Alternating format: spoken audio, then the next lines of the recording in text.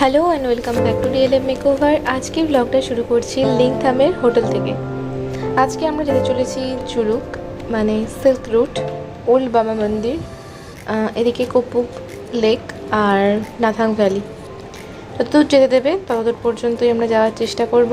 আর ভিউটা কিছুটা ছিল সকাল সকাল এইরকম।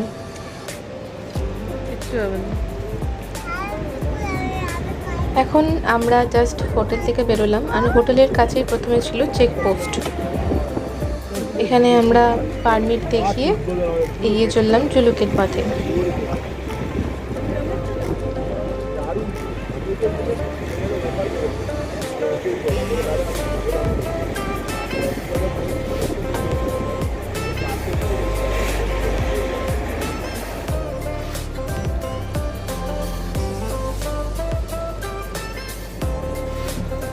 এখানে সুউচ্চ পাহাড় আর এই জঙ্গল বেশ বাকি সিকিমের তুলনায় অন্যরকম।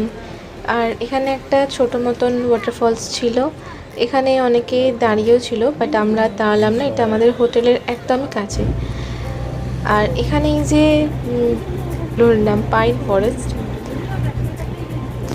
তো এগুলো দেখতে খানিকটা লেপচা জগতের মতন দার্জিলিংয়ে। যদিও বা আমি দার্জিলিং কখনো যাইনি, যাই হোক আমরা চলে এসেছি পাদামজেন এখানে চেকপোস্টে।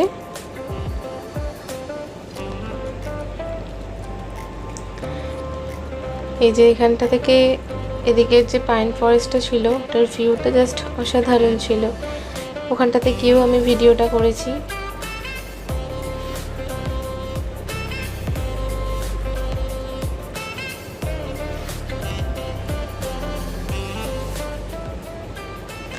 আজ অরূপের শরীরটা ভীষণই খারাপ, তাই ও মনে হয় ভিডিওতে একবারও আসেনি বা আসবে না।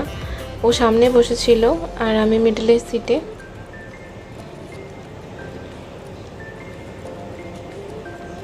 প্রথমে আমরা নামবো থাম্বে ভিউ পয়েন্টে। তার আগে যে যে পয়েন্টে আমার নিজের দেখে ভালো লেগেছিল আমি সেগুলো দেখে দিলাম। আর এখানে দেখো গাড়ির সাথে সাথে মনে হচ্ছে মেঘটাও যাচ্ছে, ভীষণ ফাস্ট এগোচ্ছিল মেঘটা।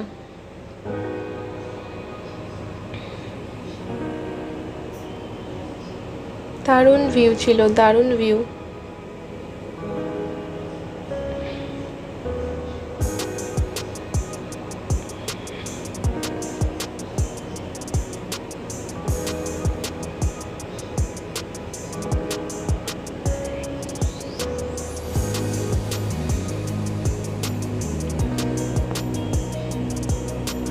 বলে কিনা জুলুক যাওয়ার পথেই থাম্বে ভিউ পয়েন্ট থেকে হোক বা তারও আগে থেকে নাকি কাঞ্চনজঙ্ঘা দেখতে পাওয়া যায়। যাই হোক আমাদের তো সৌভাগ্য হয়নি, কারণ এই সময় গেলে সচরাচর অত ভালোভাবে দেখতে পাওয়া যায়ও না।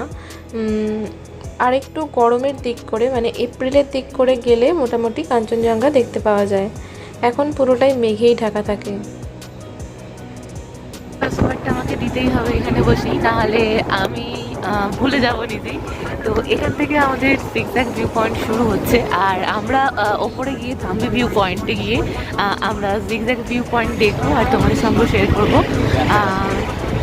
তো এখান থেকে কিছুটা দেখা যাচ্ছে, বাট এতটা দূরে বলে হয়তো ফোন থেকে ঠিক দেখতে পাচ্ছি না, আর গাড়িও নড়ছে, তো নামলেই দেখাবো। That's better. বাট আমরা জিগজ্যাগ ভিউ পয়েন্ট যেটা উপর থেকে দেখতে পাবো সেই জিগজ্যাগ রোড দিয়েই আমরা এখন যাচ্ছি।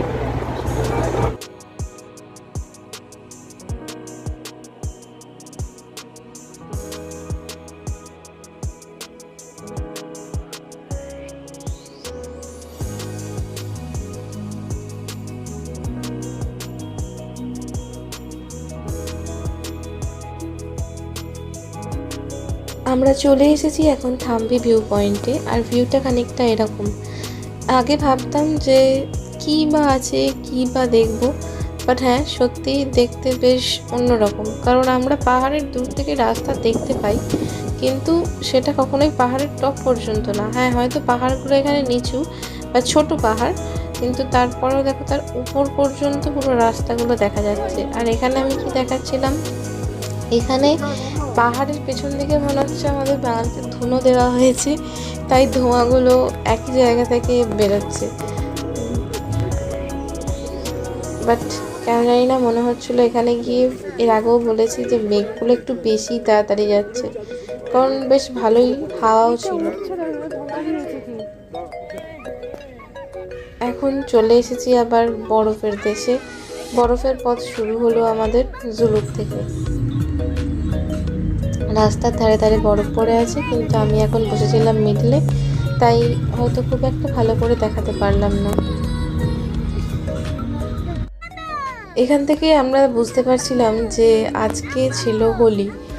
সাদা বরফের ওপরে পার্পল কালারের আবির পড়েছিল, যদিও বা আমরাও কিছুটা পরে গিয়ে আমরা যখন নাথাং ভ্যালিতে দাঁড়িয়েছিলাম তখন সেখানেও আমরা হোলি সেলিব্রেশন করেছিলাম 2-3 মিনিটের জন্য। উপরে যাওয়ার সাথে সাথে তাই গাছের সংখ্যা কমছে, রয়েছে ধারে পাশে কিছু রোডেনডনের গাছ।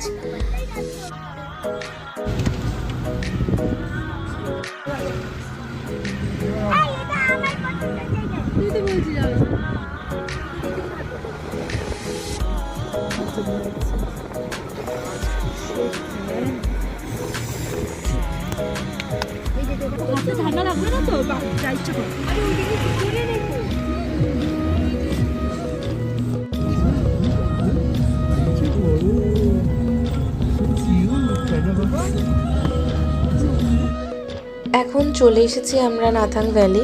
সবাই কিছুটা আগে থেকে এগিয়ে গেছে। এখানে অরূপের শরীর খারাপ ছিল বলে আমি এখানে বেশ কিছুক্ষণ দাঁড়িয়েছিলাম। এখানে বেশ কিছুটা সমতল, সামনে রোদ্দুর দেখা যাচ্ছে, কিন্তু এই পাহাড়টাতে একদমই রোদ্দুর নেই আর প্রচণ্ড মেঘ করেছিল। একটু পরেই স্নোফল হওয়ার সম্ভাবনাও আছে। দেখা যাক কি হয় এবারে। আগের বারে তো প্রচণ্ড স্নোফল পেয়েছিলাম, তোমাদেরকে দেখিয়েওছিলাম। এবারে দেখা যাক।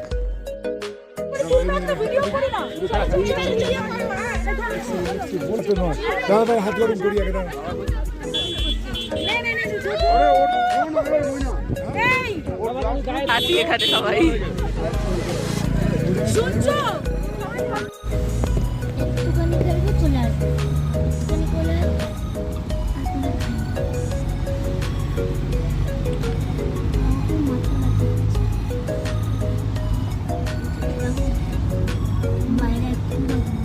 একটুখানি তুলে দাও না।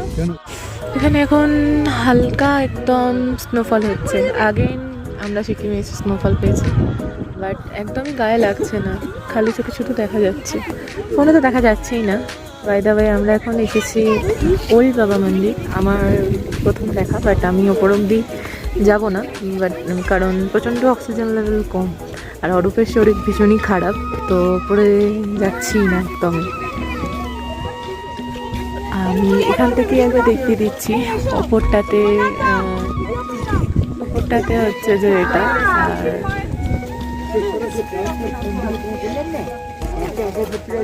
ওটাতে ডিটেলসে সব কিছু দেওয়া আছে, বা যাওয়া যায় বা যাওয়া যাবে, বাট আমরা এখন আপাতত যাচ্ছি।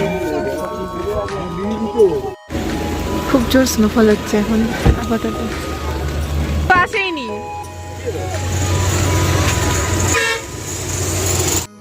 আমাদের ওল্ড বাবা মন্দিরে এতটাই জোরে স্নোফল হচ্ছিল যে আমাদেরকে ওখান থেকে আর্মি থেকে আর দাঁড়াতে দেওয়া হয় না, আর বলা হয় যে আর আগেও এগোতে দেওয়া হবে না কোপো লেকের দিকে। তো আমরা সেখান থেকে ব্যাক করি।